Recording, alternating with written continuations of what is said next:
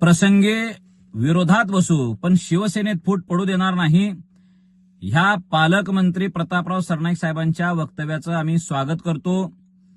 भारतीय जनता पार्टीमध्ये असलेले आमदार राणा जगजितसिंह पाटील आणि त्यांचे अतिउत्साही चिरंजीव मल्हार पाटील या लोकांच्या कार्यकर्त्यांनी अशी मोहीम सुरू केली आहे की शिवसेना पक्षामध्ये फूट आहे असं त्यांनी त्यांच्या सोशल मीडियाचा वापर करून त्यांच्या वेगवेगळ्या बातम्या पेरून अशा पद्धतीनं तानाजीराव सावंत साहेब वेगळे आहेत आणि बाकी इतर पक्ष वेगळा आहे शिवसेना अशा पद्धतीची भूमिका घेतली होती. त्या भूमिकेचा प्रतिवाद आमच्यासारखे शिवसैनिक म्हणून आम्ही करतोय. शिवसेना हा पक्ष एकच आहे पण तुम्ही तशी फूट पाडण्याची भाषा करू नये.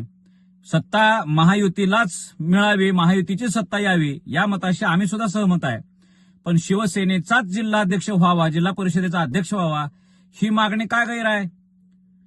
आम्ही आमचा नैतिक अधिकार आहे तो. आमचे उमेदवार एवढे आहेत आणि आम्हाला जिल्हा परिषद अध्यक्ष बसावा अशी मागणी आम्ही करणार. आता भारतीय जनता पार्टीच्या वतीनं तुम्ही मागणी करा की मी भाजपचा जिल्हा परिषदेचा अध्यक्ष बसवतो. तसं न करता तुम्ही शिवसेना पक्षाच्या वर आरोप करताय की हे महायुतीचा कौल सोडून चाललेले आहेत, हे महायुतीच्या विरोधात चाललेले आहेत. ही गोष्ट अजिबात खपवून घेतली जाणार नाही.